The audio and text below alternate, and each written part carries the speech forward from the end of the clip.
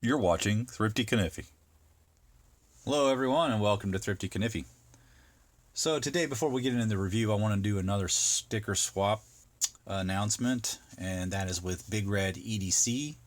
Big Red is a big player in the knife community, has a lot of subscribers, probably close to 10,000, something like that, quite a few. And his efforts have really helped my channel in a lot of ways. I know that when he has his Saturday Knife live on his live streams, there's a lot of talk about upcoming events in the community, and as a good gathering of like-minded people in the knife community, both creators and followers of the channel. He just helped me get to 500. So we have reached 500 subscribers for Thrifty Kaniffy, and I'm just blown away by how quickly we were able to get there in the last couple of weeks. Large in part due to Big Red and all of you guys that follow the channel, that comment about the channel. So we have reached that goal, and we'll talk more about that in a minute. But Big Red, I just owe him the greatest amount of gratitude because he's done so much, not just for me, but for the entire community. He's always willing to help out the smaller guys, and I just can't thank him enough for all he's done. So thank you so much, Big Red. You're a huge part of the community, and you kind of make a lot of what I've done possible by kind of paving the way. So go check out Big Red EDC if for some reason you haven't already. He does a lot of modern and traditional reviews. He's probably more into the modern scene, but he does do traditional reviews as well. So go check him out. All right, so let's talk about that 500 subscribers. I talked to you guys before about what we're going to do. We're going to be giving a giveaway when we reach that 500 mark, and it's going to be this old-timer land shark, the 19 OT. Go check out that video here. I'll leave a link that you can go check out that video if you're more interested in what this knife looks like. I'm going to leave it new in box for the winter. It's sealed. So there's that.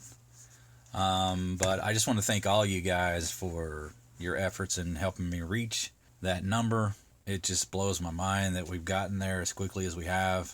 I feel like we just started, weeks ago, but it's been a few months. It's been since the summer, and we've just slowly grown, and now it's starting to get pretty serious. So I just want to thank you guys and let you know how much I appreciate you commenting and coming and watching and making my content mean something. So there you have that. All right, let's get into the review. And what we've got today is a Kershaw Culpepper. Now this is the Culpepper 4383 on the box there. This is from their Culpepper slip joint line. And this came out, I think, around 2020, so it's been out there. I know that other people have reviewed this, but I wanted to have my chance to have my take on it. It is a Barlow design. It could be argued that potentially a granddaddy Barlow or a large Barlow, because it's over the 4-inch mark. It's about a 4.25-inch handle length. You've got these G10 handles that are very well smoothed. And you've got brass pins on this one, and a stainless bolster, and brass liners, and got that stainless steel back spring. You really got some nice construction on the back here. I'm not seeing any gaps. There's a good look at it right there without any glare. And you can see that it's well centered. Not that it would matter all that much, but it's always nice to see it when it is. You've got a lanyard hole, so it's sort of a modern take on the old style slip joint Barlow. Another little modern touch here is the jimping on the top of the spine here. When you open it up, you can see it's a nice little feature there at the top. Have your thumb rest on it.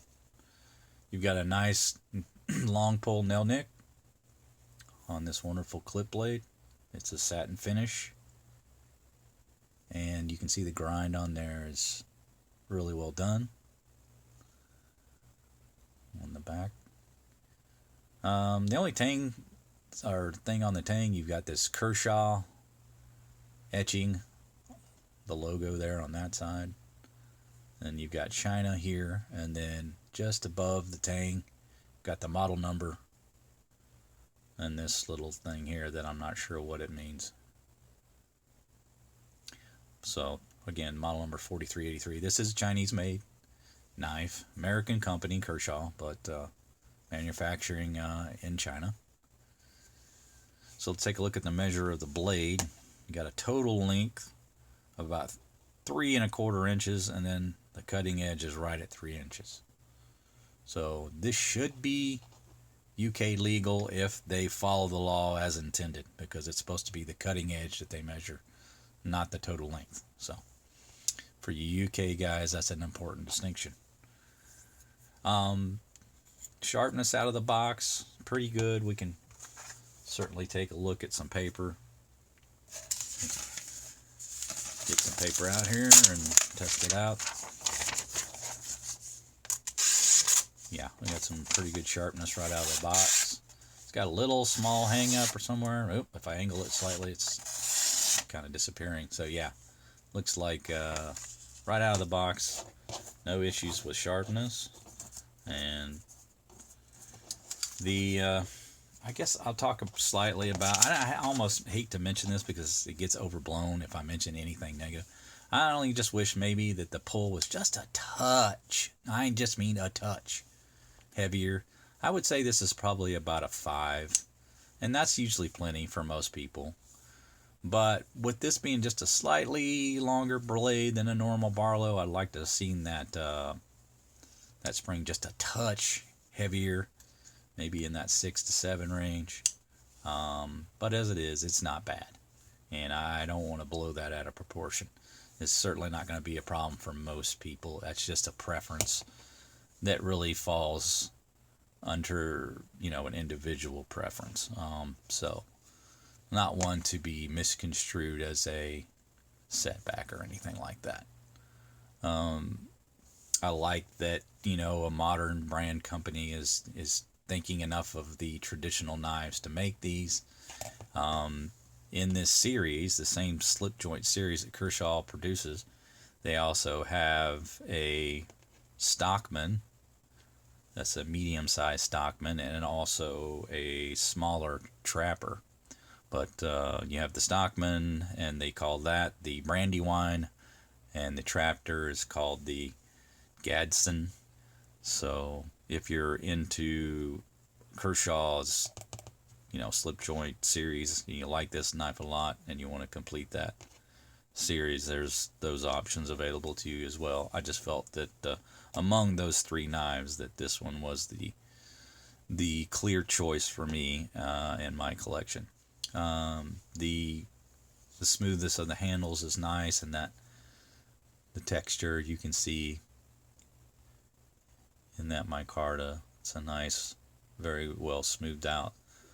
Its fit and finish is really nice. The pins are smooth. You don't have anything proud. I barely feel any transition between the handle and the bolster. So the fit and finish is really well done. You don't have any gapping. The blade is well centered. The edges of the handle are all well rounded. The only thing maybe they could have done a little touch better is maybe just a little more smoothing on the interior of the liners there. It's not as bad as a lot. You can tell that maybe they even touched on that. But there are a few little spots where it does kind of catch if you rub your finger across. Other than that, guys, I mean, it's maybe just a little pricier than I would like to see. Doesn't really affect me at the $23 price tag. What the problem is when you look at like Knife Center and Smoky Mountain Knife Works, they want $28 for that, and that starts to shift, into that next tier of knives, in my opinion. So for that $23 price point, I really like this knife. I think it starts getting a little sketchy at $28. I think you can You can do as well as this with a Rough Rider for that. But, you know, again, a different knife that you're looking at. So if it's Kershaw you like, and it's Kershaw you want, and you want a more modern take on the Barlow, you know, your options are some of the micarta that Rough Rider offers, or this. So then you start kind of weighing the differences there. And of course, this is just a single blade, whereas the Barlows from Rough Rider are two blade. So you just have to weigh, you know, what it is that you like about the Barlow. Do you mind that it's a one blade, or do you need that pin blade? You know, I wouldn't mind seeing a second Kershaw released with the two blade, you know, option. But I do like this one just because it's a little different. It's a little longer, and you know, the Granddaddy Barlows are single blade as well, so it sort of fits into that theme of things. So there's your choices, there's your options. May not be for everybody, but it kind of fills a void, and I kind of like it for that reason. There you have it, guys. There's my review of the Kershaw Culpepper, model number again, 4383. Should be available on Smoky Mountain Knife Works.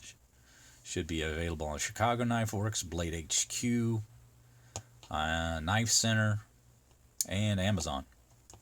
So check around for the prices. The best one I found was Chicago Knife Works, so that's where I ended up getting it for just under $23. Alright guys, thank you for watching. I hope you enjoyed the review. Make sure you like, subscribe, and ring that bell so you're notified of new videos. You guys have a fantastic day, and take care.